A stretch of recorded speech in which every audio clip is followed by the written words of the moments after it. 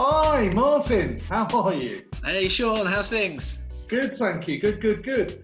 So, for the benefit of our viewers, let me first ask you, would you just mind introducing yourself? So, Of course. and your organisation and the role that you perform. Yeah, so my name is Martin Batley. I work for UK University Search. I'm actually the sales director and one of the owners at UK University Search. So my role at the company is I'm head of a team of 3 other people looking after clients, mainly universities and also some apprenticeship providers across the UK, mainly positioned towards sales of the events that we've run. More recently, due to current situation, I am a jack of all trades, doing many a thing, as I'm sure you've probably found, Sean. But it's an exciting situation in many ways at the moment, but it's certainly been a change for us all. Yeah, definitely with you on the sort of having to learn new skills bandwagon. I think that's happened right across the sector. So firstly, I'd just like to thank you for agreeing to join us today on what is a series of videos we're producing called the Datafiltr interviews. Hopefully we'll have some fun talking to each other over the next 20 minutes or so. So let me sort of dig straight in, and obviously really part of the reason I was very excited about getting you on board is that you're obviously going to be giving the story really from the other side, as in most of our other interviews have been with current customers. So you obviously have been providing them with a very good service now for, I think, is your company 5 years old now, is it? Well, yeah, I mean, we're currently in our 6th academic year of running events, yes. 6th academic year. So actually, our birthdays are quite close to each other in terms of Datafiltr as well. So the first question, and obviously I've had the pleasure of meeting your team. How are you getting on with lockdown? How have you found this sort of transformation from an office base, because I know you've got an office up in central London. How has that transition been for you, and how has it been for the team? Yeah, I think the team has done incredibly well. I mean, I'm sure, like other people that you've spoken with, it's been a bit of a shock to the system, everything that's happening. You know, I think for a lot of your clients, a majority of their time they're spending perhaps on the road as well, going to certain events and interacting with people and interacting with students. I think for us, certainly running the events, not being in the position where we can do that is very, very different for us. That being said, at the moment we've been spending a lot of our time thinking about ways that we can try and communicate with that audience a little bit better. Put clients of yours, for instance, and other universities across the UK, how we can help them connect with students at this particular time. But I think it's a very, very important time for companies as a whole to really trust in their base of employees and colleagues, really. I mean, what we're certainly finding is a lot of people perhaps normally wouldn't be the sort of person that perhaps would be too productive working from home, or that's not the sort of thing that they envisioned in the past that they'd like to do. But they're taking on new roles, they're taking on new responsibilities, and although obviously this period at the moment is a horrible situation for many, it's giving many people and many businesses an opportunity to rethink the way that they're doing things at the moment. And certainly for our guys at the moment, we're giving them new opportunities, new things to do, and they're doing fantastically well. So we're really pleased with how everything's gone, as much as you can be during this particular time. Okay. So having come from a sales background myself, so how are you managing that process? Are you having daily meetings? How are you sort of keeping in touch with the rest of the team? I think interestingly, actually, your interview that you did previously with Elliot, he mentioned about the fact that you can kind of overkill the meetings somewhat. I would say, although there's obviously a lot of excitement about people using video conferencing at the moment, and I think at the initial point, perhaps we really jumped into that. Actually, funnily enough, I think I've probably got about 15 extra WhatsApp groups on my phone than I used to. So actually, you're finding that communicating in a little bit more of a simplistic way actually can prove to be just as effective. But obviously, there's still that need to communicate as face-to-face digitally as we're able to through things like Teams and Zooms, etc., that we are using at the moment in order to try and keep that look a bit of social interaction. But no, we're doing well. What we're producing at the moment is really, really exciting for us, and we're looking forward to seeing hopefully a lot of interest in one of our events that we've got coming up in June, which is our virtual fair. And that sort of takes me very nicely on to the next point, because what I think is fascinating with you, you and I obviously have kept in contact, probably from almost the start of when the virus was first appearing in the UK. Yeah, sure. So I seem to remember that you had an event that was very, very, in fact, I remember your event because I think it coincided with Cheltenham at the time, and we know today that there's been a lot of stuff in the news about whether that should have gone ahead, and there'll be an inquiry over that. I think you had an event in Leicester, is that right? On the yeah, that's right. On the 13th, yes, 13th of March. Okay, so you have actually seen the full spectrum. So what I thought would be really interesting, just for you to sort of cover today a little bit, is take us through that period, because obviously you probably had a lot of angst leading up to that event. Then news was flooding in very quickly about the potential of a lockdown, and then the following weekend, I think that's when we had that really hot weekend, and suddenly we were in lockdown. So take us through a little bit, sort of, you know, what was going on in your head as you were seeing suddenly schools being locked down. And I don't know, did you have other events booked and planned as well for this period, or? Yeah, so I think that's a good question, actually, and it's definitely something that we had to take under consideration quite strongly, really, because obviously what we want to run great events for students and exhibitors, but above all, we of course want to provide a safe environment for people to learn in, really. As we approached the Leicester event, and that was the 5th of our calendar in the spring term, there perhaps were a little bit more murmurings of issues a little bit earlier on, perhaps when we were doing our event in London on the 28th of February. Perhaps, obviously, what we know has come out of this wasn't perhaps quite considered as likely at that particular time. We perhaps saw a few extra cancellations from schools as we approached the following week, as we moved to Cardiff and Sheffield. By the time we moved on to our event in Leicester, I think it was, I think as we perhaps mentioned before, I think the following week, early part of the week, was the point where Boris kind of pushed the button and said that we were going to move into lockdown. We, of course, did everything possible that we could do with the locations. So that was with the University of Sheffield for the Sheffield event, the Cardiff City Stadium in Cardiff, and then finally the King Power Stadium.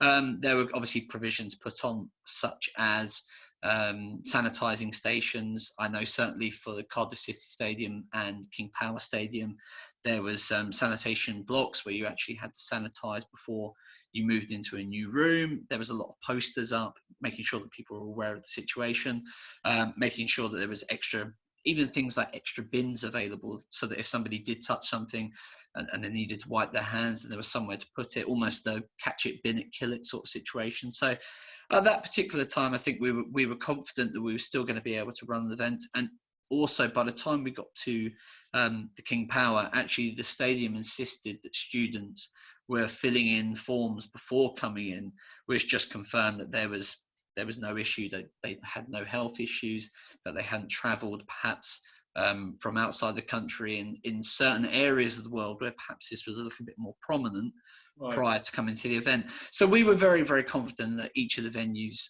were doing everything that they could possibly do, and obviously that we were doing everything that we could possibly do as well. So at what moment, obviously I should actually let people know that we're talking after you've already run a couple of events online, and very well done for that. At what moment did you think, maybe there's a new opportunity for us here?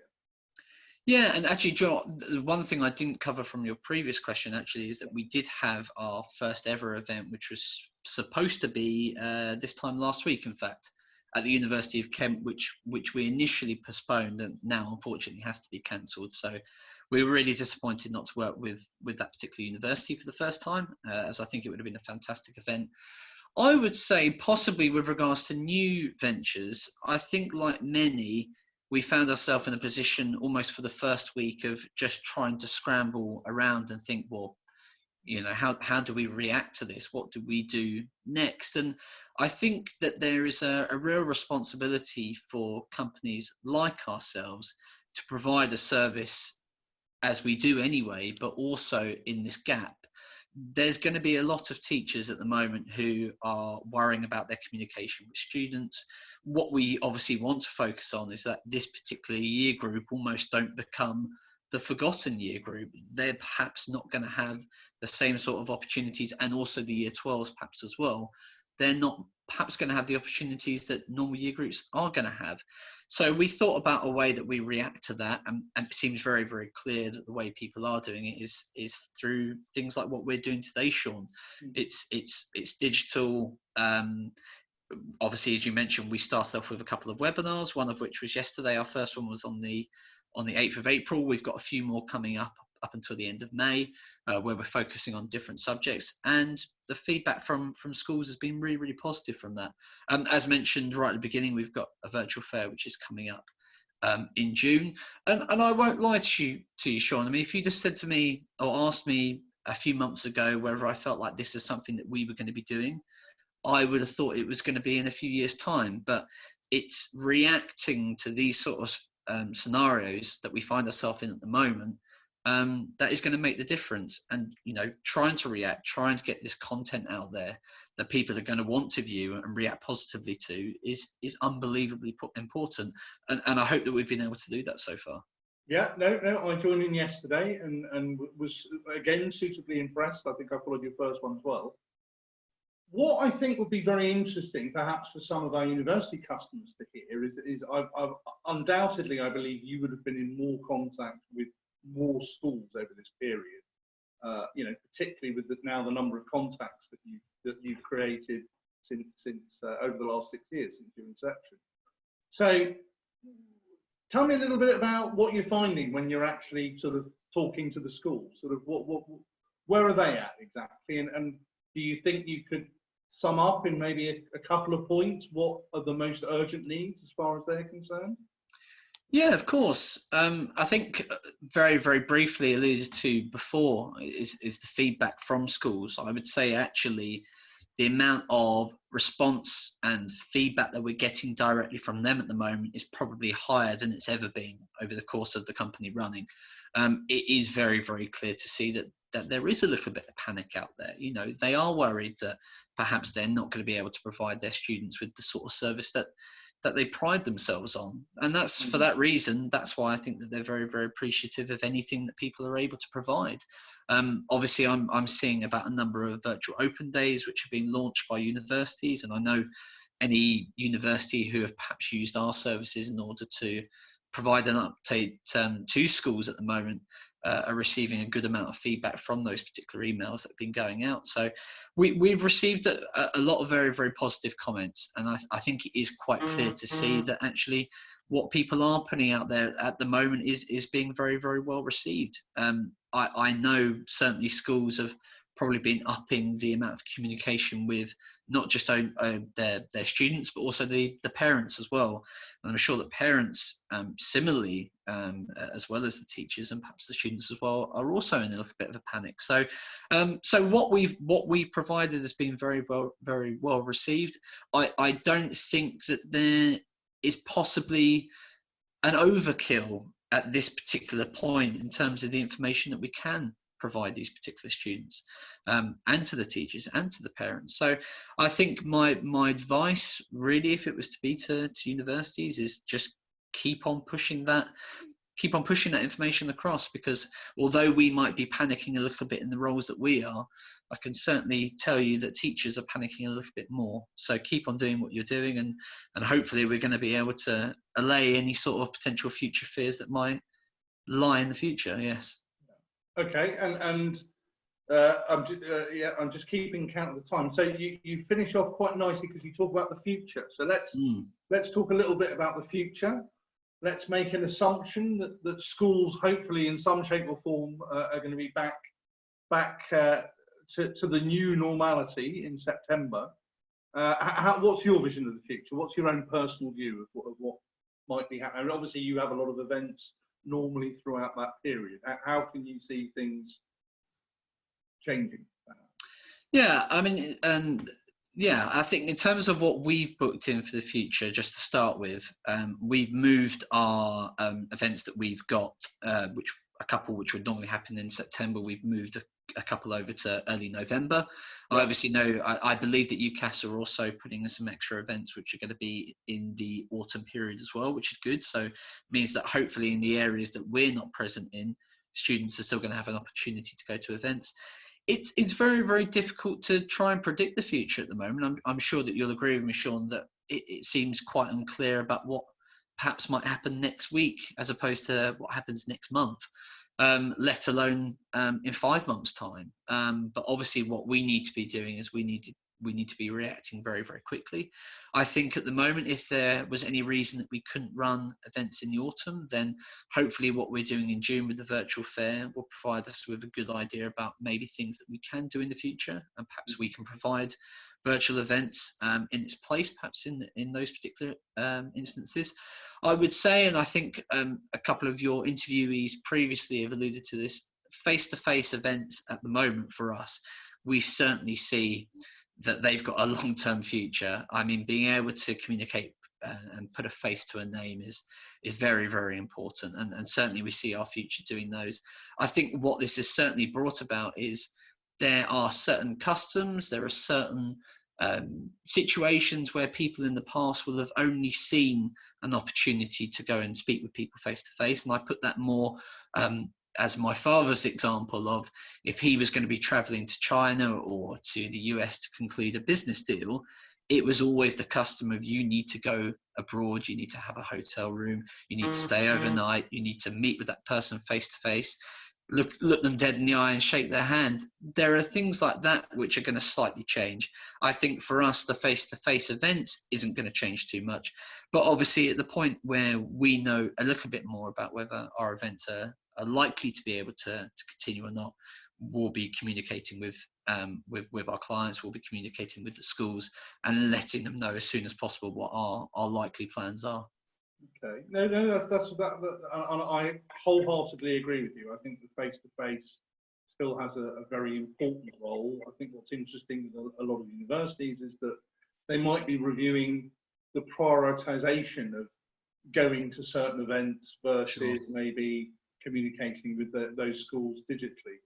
So just to finish off, I'd just be really interested if you had to give or provide 2 tips to our audience, things that you have learnt, discovered, could be things to avoid.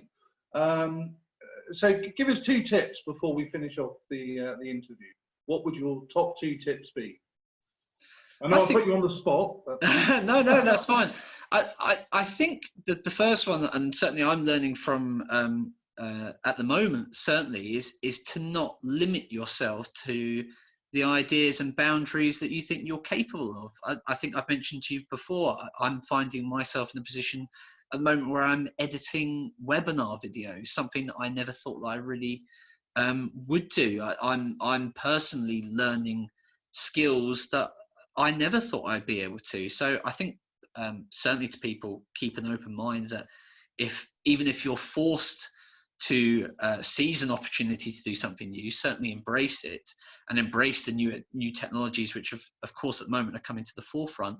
I think secondly, kind of alluding to things I said before, is just keep on pushing out that information at the moment. As said plenty of times, there is a little bit of panic at the moment about what people are going to be doing in the future. Keep an open mind to potentially what you can run in the future. And it's the line that people have been saying on the TV a lot: stay safe, stay at home, protect the NHS. Yeah, absolutely. No, totally concur with that. Well, listen, I have to say, just personally, I think you've done a great job in terms of continuing, allowing that sort of bridging that gap between getting the students in front of universities and universities in front of students in what may well have appeared as an extraordinarily difficult, if not impossible, situation, sort of between the 13th of March and the 20th of March of lockdown. So very well done on that. I look forward to seeing how your virtual fair goes. I'm sure you and I will be in deep conversation, and I sort of have to finish the video off because when you and I talk, there's one particular subject that comes up quite a lot. Yes. I obviously hope that whichever powers that be don't chop the head off Liverpool winning the title this season, which obviously was in the news today. So I'll just reiterate that as we can now record this, the only fair thing to do is to give Liverpool the title. I think funny enough, this is probably going to be our shortest conversation by about 45 minutes, actually. And that's because there hasn't been any football involved. But, correct. But you know, as you know, me, Sean, obviously I'm a big football fan. But, you know, I think at the moment that's the sort of thing that if it doesn't go Liverpool's way, then, you know, there doesn't need to be too much complaint. At the end of the day, there's a lot more important issues going on at the moment. So as long as everyone's staying safe and well, and we can battle what we're doing at the moment effectively, then certainly sport slightly goes out the window. But no, it's been a pleasure to be involved in this interview with you. And obviously I'm looking forward to seeing some of the other ones that you're conducting as well. Yeah, so there will be a few more to follow over the next few days. So watch out for those. Thank you ever so much for your time. I know you're a busy man. I hope you enjoyed it, and I'm sure we'll speak soon. So yeah, fantastic. Bye. Cheers, Sean. Take care of yourself.